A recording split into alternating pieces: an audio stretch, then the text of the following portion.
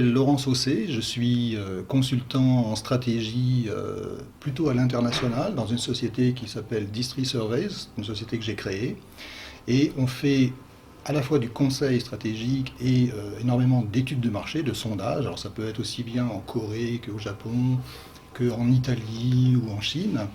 Et on aide des entreprises telles que Carrefour, Casino, Leroy Merlin, la Fnac, et également des entreprises internationales telles que Walmart, B&Q, etc. Au point de vue formation, je suis diplômé en sciences économiques et également en école de commerce. Et au point de vue vie personnelle, eh bien, j'ai vécu en dehors de l'Europe, j'ai vécu en Amérique du Nord, en Afrique et en Extrême-Orient. Et du fait de mon travail, de ma profession, je suis amené à connaître un certain nombre de vues et de mentalités, vraiment de toutes sortes. Et ça me permet, ce type d'études de marché, me permet de suivre un petit peu comment évoluent les mentalités. Et aujourd'hui, je vous présente ce livre, Nos valeurs depuis 3000 ans, aux éditions L'Ancre. Lorsqu'on parle de nos valeurs, en fait, on parle un petit peu de notre identité. Alors tout d'abord, il faut savoir que nous, en France, nous sommes un peuple sédentarisé depuis toujours. Sédentarisé, ça veut dire que nous avons cultivé les céréales, nous avons établi des villes, bâti des lois qui sont les mêmes pour tous, et nous ne sommes pas une culture tribale. Mais vous me direz, l'Angleterre c'est pareil, l'Allemagne, la Chine, le Japon, ce sont également des pays sédentarisés. Alors ce que nous avons de spécifique, c'est d'une part que nous sommes un peuple assez idéaliste. Et ça, c'est le cas depuis les Gaulois. Ils avaient déjà un certain imaginaire, ils avaient le goût de ce qui est beau, ils croyaient en l'immortalité de l'âme, il y a déjà 3000 ans, ce qui était différent, par exemple, des peuples germaniques. Et puis nous sommes également un peuple légaliste. Ça, tout le monde s'en rend compte. Quotidiennement, on parle, par exemple, du code du travail qui est beaucoup trop lourd, etc. Nous sommes un peuple légaliste, parfois un petit peu corporatiste. Mais lorsqu'on parle de valeurs, bien souvent on dit simplement liberté, égalité, fraternité, point final. Alors ce sont de belles notions, il n'y a pas de problème, mais elles sont récentes, de l'ordre de 2 siècles environ. En fait, nous sommes héritiers d'une histoire longue, et cette histoire longue s'est accompagnée de valeurs de long terme. Quelles sont ces valeurs profondes? Eh bien, il s'agit de la soif de vérité, de la quête de ce qui est bon, et de la mise en œuvre de l'utile. Alors, ça peut vous surprendre peut-être, mais si vous regardez notre histoire, elle fonctionne par cycle. Par exemple, l'Antiquité est un cycle, le Moyen-Âge chrétien est un cycle. Et chacun de ces longs cycles est subdivisé en phases. À chaque fois, nous avons une première phase qui est consacrée au vrai, puis une phase consacrée au bon, puis une phase qui se tourne vers l'utile. Alors par exemple, l'Antiquité gréco-latine, eh bien, il y a 3000 ans, 2700 ans, 2600 ans, les hommes se sont tournés vers cette soif de vérité. Pensez à Thalès, à Pythagore, qui se tournent vers les mathématiques, c'est-à-dire la science exacte, le vrai. Pensez à Empédocle ou Parménide, qui écrit un livre qui s'appelle La vérité, sur la vérité. On ne peut pas faire plus clair. C'est également le cas, cette recherche de vrai, dans le domaine juridique. Par exemple, à cette époque, on a bâti des lois et on a beaucoup insisté sur la charge de la preuve. Et lorsque l'on rendait un jugement, il s'agissait d'un verdict. Verdict qui veut dire le vrai. Par la suite, avec Platon, Aristote, Épicure, les stoïciens, etc., nous avons une phase consacrée au bon. Et d'ailleurs, les Grecs appelaient cela la vie bonne ou la bonne vie. Grosso modo, il s'agissait de vivre dans la tempérance. Et puis, de l'an 312 avant Jésus-Christ jusqu'à l'an 312 de notre ère, donc c'est facile de se souvenir de ces dates, l'Antiquité se termine par une phase de l'utile. Pourquoi l'an 312 avant Jésus-Christ? Parce que c'est le début des grandes voies romaines. C'est la voie appienne ou la via Appia. C'est également le début des grands programmes d'aqueducs. Il y a eu également énormément d'installations portuaires. Cette longue époque, c'est l'époque de Archimède, Archimède qui disait « Donnez-moi un levier, je soulèverai le monde ». Vous voyez qu'on parle bien d'aspect pratique, l'utile. C'est également l'époque de Hipparque, Hipparque qui invente l'astrolabe, que les Arabes utiliseront un millier d'années plus tard. Voilà, donc l'Antiquité a vécu une époque, le vrai, puis le bon, puis l'utile. Et le Moyen-Âge chrétien, ce sera pareil. À partir de, grosso modo, l'empereur Constantin, concile de Nicée, concile de Constantinople, de Chalcédoine, etc., le Moyen-Âge chrétien va commencer par une phase du vrai. Cette fois, il s'agit du vrai théologique, et il s'agit du credo. Pour faire simple, il s'agit de dire que Jésus est de même substance que Dieu. Donc le Moyen-Âge chrétien va commencer par cette phase du vrai, les 4e et 5e siècles. Puis du 6e au 14e siècle, 15e siècle, nous avons une longue période du Moyen-Âge chrétien qui est consacrée au bon, à nouveau. Et cette fois, il s'agit du salut de l'âme, la charité chrétienne. Alors ça ne veut pas dire que tout était parfait durant le Moyen-Âge, mais on a cherché à sauver son âme. Par exemple, aujourd'hui, il est de bon ton de se moquer des curés et de l'Église, mais il faut savoir qu'au Moyen-Âge, ce sont les moines et certains hommes d'Église qui ont essayé, avec des systèmes qu'on a appelés la paix de Dieu, puis la trêve de Dieu, ils ont essayé d'instaurer un minimum de civilité, disons, dans les périodes de chaos du Moyen-Âge. Donc il y a eu quand même ce souci vraiment important de trouver un moyen d'être bon. Et le Moyen-Âge se termine par une phase de l'utile à partir de 1453. Pourquoi 1453 ? Eh bien, c'est d'une part la fin de la guerre de 100 ans, et donc on va commencer à se consacrer à l'utile après les dévastations de la guerre. Mais 1453, c'est aussi la chute de Constantinople. Et donc les hommes d'affaires, les commerçants vont commencer à vouloir développer les caravelles, par exemple, pour commercer en dehors, en évitant Constantinople. Vasco de Gama, Christophe Colomb, etc. À partir de ces années, on développe la caravelle, c'est-à-dire l'utile, l'aspect logistique. 1453, c'est également Gutenberg qui commence à mettre au point sa presse à imprimer. Et en 1455, il va commencer à publier des livres. Pourquoi est-ce que la presse à imprimer participe de l'utile ? Bien, tout simplement parce que, imaginez que avec Gutenberg, les livres, le prix du livre a été divisé par 50. C'est-à-dire qu'il a rendu accessible la connaissance. C'est en cela que ça a été utile.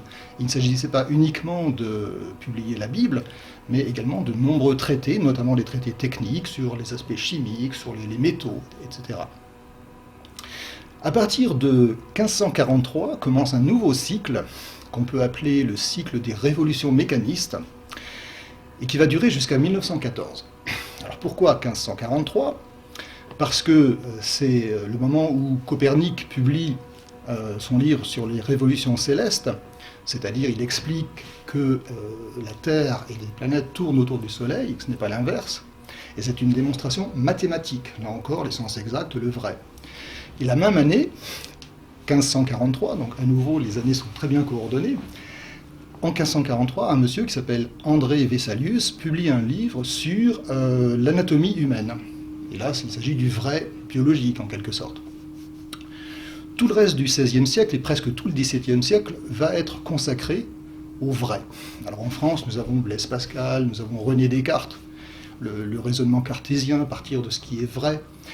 Chez les Allemands, on aura Kepler, en Italie, Galilée, et puis en Grande-Bretagne, le grand Isaac Newton, qui publie en 1687 son principe mathématique de la philosophie naturelle. On y reviendra peut-être, mais chaque mot compte dans ce titre. En tout cas, entre autres, il démontre le fonctionnement de la gravité universelle. Et donc vous voyez que de 1543 à 1687, le vrai est consacré à, disons, l'astrophysique. Et dès l'année suivante, 1688, donc encore une fois, les années sont parfaitement synchronisées, dès 1688, on va commencer à se tourner vers ce qui est bon, et ça va durer jusqu'à 1799, un petit peu au-delà de la Révolution française. Alors pourquoi 1688 ? Parce que, en fait, un siècle avant la France, les Anglais font leur révolution. Il s'agit de la glorieuse Révolution. Et à partir de 1688-1689, l'Angleterre il n'y a plus de monarchie absolue. Les lois seront fixées par le Parlement, et les membres du Parlement seront des gens élus. Et à partir de cette époque, vous aurez des philosophes, en Angleterre, John Locke par exemple, mais en France, les encyclopédistes, qui vont réfléchir sur l'aspect de la démocratie, donc le bon. Ils vont réfléchir aussi sur lutter contre l'influence de l'Église, l'influence des superstitions. Et puis, les philosophes vont également, durant ce siècle qu'on appelle le siècle des Lumières, vont également réfléchir sur l'économie libérale. Alors vous allez peut-être me dire, l'économie libérale, ça n'a rien à voir avec le bon, c'est un aspect technique. En réalité, si vous lisez les textes, c'est assez amusant. Les penseurs, les gens qui disaient « laissez faire, laissez passer, le monde va de lui-même », raisonnaient en termes de bon. Ils raisonnaient en termes de gentil et méchant. Et vous verrez avec ce livre, on disait par exemple que les gens qui sont favorables à l'économie libérale sont les gentils, et ceux qui défendent l'intervention de l'État sont les méchants. Ils raisonnaient en termes de gentils méchants. Cette période consacrée au bon se termine en 1799. Pourquoi ? Parce que c'est 18 Brumaire, c'est Napoléon Bonaparte qui prend le pouvoir, et symboliquement, il va dès lors nous dire liberté, égalité, propriété. C'est-à-dire qu'on ne parle plus de bon, désormais on va parler de propriété, d'argent, d'investissement, on annonce l'utile. Et dès l'année suivante, encore une fois les années sont parfaites, dès l'année suivante, en l'an 1800, vous avez un monsieur qui s'appelle Alessandro Volta, qui présente la pile électrique. Et ça annonce l'utile, ce qu'on va appeler révolution industrielle. L'électricité va être un élément majeur de la révolution industrielle, mais il y a également un certain nombre de machines. Le métier jacquard en 1801, la machine à vapeur, un certain nombre d'équipements, l'automobile, l'avion, y compris l'hélicoptère. Tout cela est inventé et existe avant 1914. Et il s'agit d'objets utiles. Il ne s'agit pas de concepts mathématiques sur ce qui est vrai, il s'agit d'applications.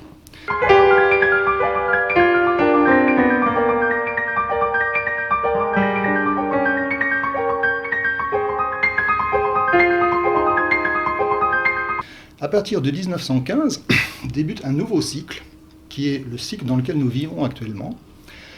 On nous dit quotidiennement que nous vivons à l'époque du numérique, ce qui est tout à fait vrai.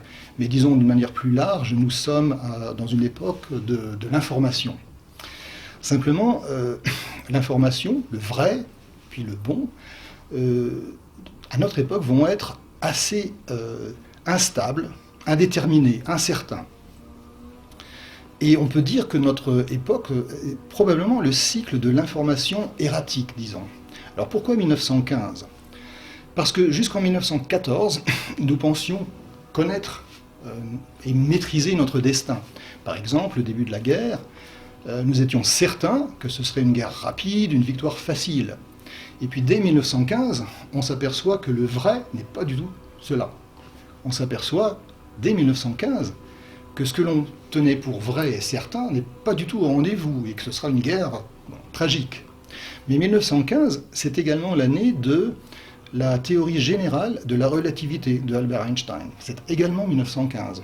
Et il va nous expliquer, alors je passe sur les détails, mais il va nous expliquer que tout est relatif. Quelques années plus tard, en mécanique quantique, en parlant des électrons, le mouvement des électrons autour de l'atome, Heisenberg va nous parler du principe d'incertitude. Donc vous voyez que même en sciences dures, le vrai est assez indécis. Tout est relatif, il y a de l'incertitude. C'est également le cas en politique. Par exemple, durant presque tout le XXe siècle, on va nous parler de l'URSS en nous disant que c'est très bien. Jean-Paul Sartre en France, George Bernard Shaw dans le monde anglo-saxon, Pablo Neruda dans le monde hispanique. Ces gens vont nous dire que l'URSS est très bien, qu'il n'y a pas de totalitarisme, alors que ce n'est pas du tout vrai, c'est du vrai complètement inversé.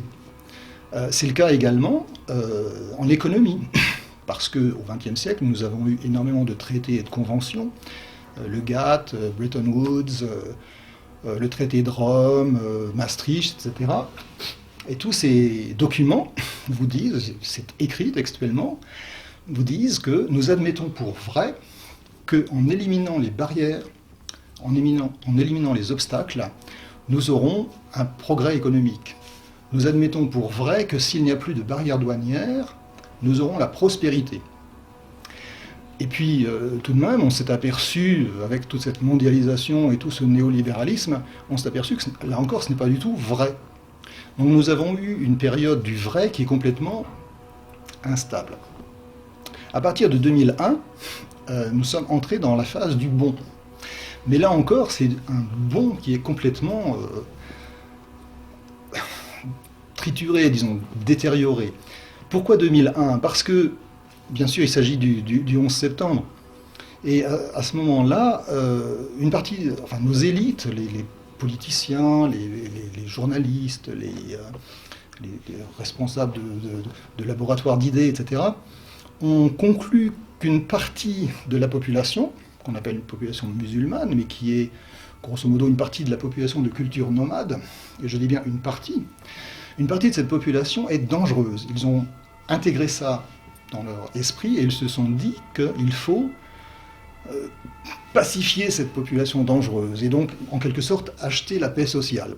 D'où la recrudescence de mots tels que l'antiracisme, la pléthore d'humanistes ou l'arrivée de mots nouveaux tels que le vivre ensemble.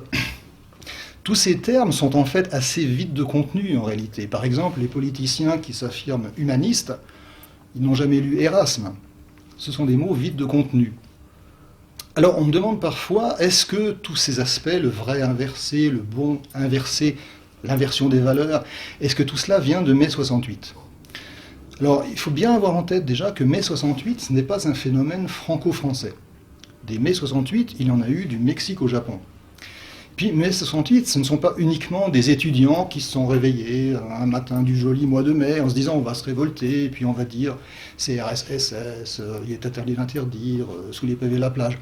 En fait, ils étaient intellectuellement nourris par une école de pensée dont on ne parle jamais, ce qui me surprend toujours. On ne parle jamais de cette école de pensée qui s'appelle l'école de Francfort. C'est un petit peu comme si on parlait du siècle des Lumières sans savoir qu'il y a eu les encyclopédistes. Que dit l'école de Francfort ? Alors, elle dit ce que tout le monde sait, jouissons sans entrave, etc. Mais l'école de Francfort dit aussi, et peut-être surtout, que notre culture est néfaste. Ils disent cela. Pourquoi disent-ils cela ? Eh bien parce qu'ils regardent le fascisme et ils se disent ça vient d'Italie, donc ça vient de chez nous. Le bolchevisme, ça vient de Marx, donc de l'Allemagne, donc ça vient de chez nous. Le nazisme, etc., ça vient de chez nous. Et au lieu de conclure qu'il s'agit de pensées dévoyées, les gens de l'école de Francfort disent, en fait non, c'est le fruit de notre culture. Et donc il faut bannir notre culture. Aufhebung der Kultur.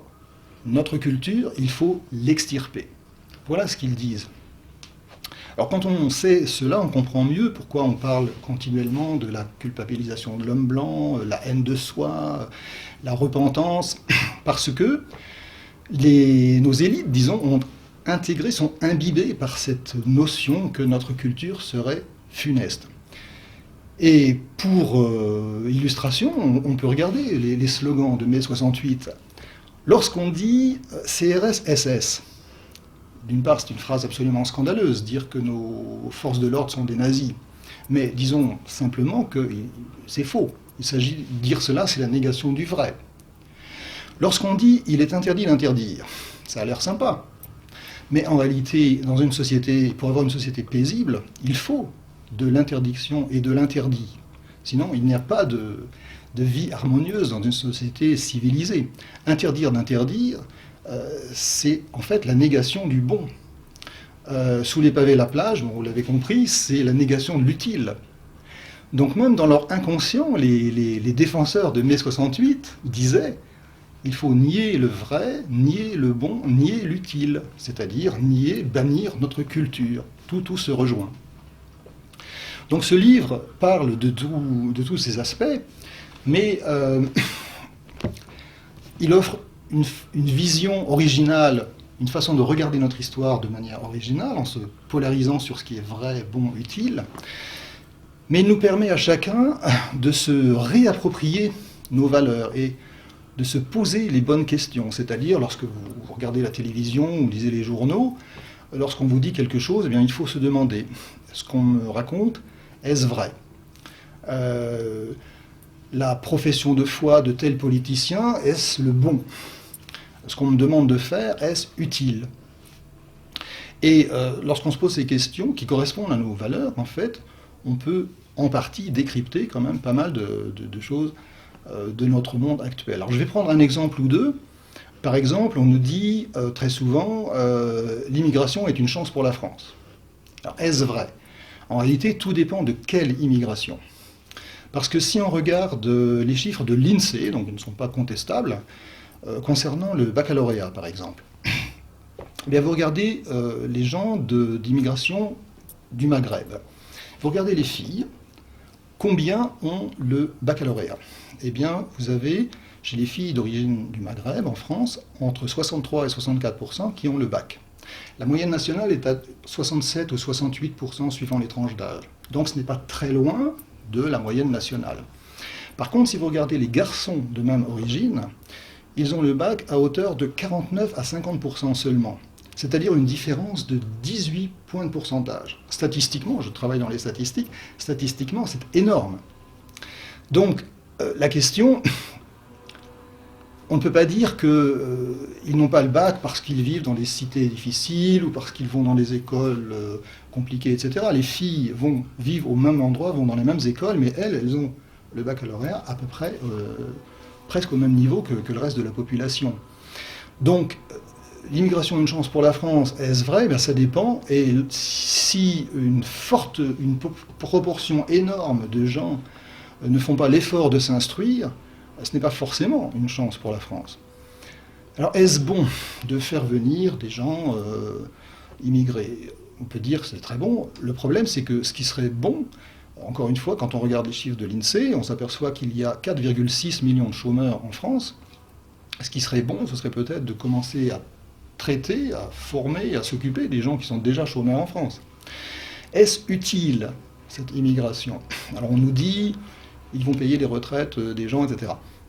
Si on pense que dans 30 ans, les retraites seront convenables grâce à cette immigration, si vous pensez cela, je vous suggère de réfléchir un petit peu plus profondément. Mais regardons encore les chiffres de l'INSEE. Ces populations immigrées, ce sont les chiffres de l'INSEE, reçoivent à peu près 20 à 21% de leurs revenus sous forme d'aide sociale, de transferts sociaux. La moyenne nationale est de 5,5%. Autrement dit, puisqu'on sait que les allocations familiales sont en déficit, les prestations, les pensions retraite sont en déficit, les prestations de chômage sont en déficit, toute la sécurité sociale est en déficit. Le fait de faire venir des gens, ce n'est pas de leur faute, mais ils sont demandeurs de beaucoup, beaucoup plus d'aide sociale que la moyenne, en fait, ça revient à rajouter du déficit au déficit. Donc, est-ce que c'est cela l'utile ? Un autre exemple, concernant l'économie, le néolibéralisme, on nous parle souvent de l'Union européenne et on dit « l'Union européenne nous protège. Si nous n'étions pas dans l'Union européenne, ce serait la catastrophe, nous ne pourrions pas survivre, etc. » Alors, est-ce vrai ? Alors, premièrement, il faut regarder les textes. Par exemple, le traité de Lisbonne. Le traité de Lisbonne vous dit, textuellement, qu'il est interdit de contrôler les transferts de capitaux entre les pays membres et les pays hors de l'Union européenne. En langage clair, ce texte vous dit, si vous souhaitez délocaliser, que ce soit en Roumanie ou en Chine, etc., eh bien, vous avez la bénédiction de l'Union européenne. Est-ce que c'est vrai que délocaliser, encourager ou favoriser les délocalisations, est-ce que c'est cela qui nous protège ? Alors on peut dire, oui, mais quand même, ce néolibéralisme apporte le bon. Par exemple, on a sorti de la pauvreté des millions de gens en Indonésie, en Chine, etc. Alors, si vous allez dans ces pays, Indonésie, Chine, dans les parcs industriels, vous allez voir des pères et des mères, des hommes et des femmes qui travaillent, mais ils vivent à 500 km de leur village natal. Ils ont laissé leurs enfants chez les grands-parents, et ils ne voient leurs enfants qu'une fois par année. En Chine, par exemple, c'est au Nouvel An chinois. Ce qui se passe, c'est que ces parents et ces enfants ne se connaissent plus. On ne compte plus en Chine les mères qui disent « mais ma petite fille ou mon petit garçon ne me reconnaît pas ». En fait, depuis les années 80, depuis Deng Xiaoping, il y a eu un délitement des liens familiaux, de la famille nucléaire. Alors vous avez peut-être pensé que j'exagère un petit peu, et que ce n'est pas tout à fait si grave. Alors si vous pensez cela, sachez que le gouvernement de Pékin vient de passer une loi qui oblige ces jeunes adultes qui ont 30 ou 35 ans et qui n'ont jamais connu leurs parents depuis 3 décennies, une loi qui oblige ces jeunes adultes à s'occuper et à rester en contact avec leurs parents qui auront 60 ans ou 65 ans. C'est une loi. Donc le gouvernement chinois a fait le constat que je suis en train d'expliquer. Donc est-ce bon de déliter les liens familiaux? Je vous laisse répondre à cette question. Est-ce utile? Alors, il suffit de demander aux éleveurs et agriculteurs qui sont véritablement dans la misère du fait de ce néolibéralisme. Est-ce utile finalement de démanteler l'indépendance alimentaire de la France? Donc voilà, ce livre aborde un certain nombre de thèmes comme cela, bien d'autres sur les colonies, sur le réchauffement climatique, etc. Et je conclurai par un clin d'œil en vous disant, lisez ce livre, et après l'avoir lu, si vous n'avez rien appris, on vous le rembourse.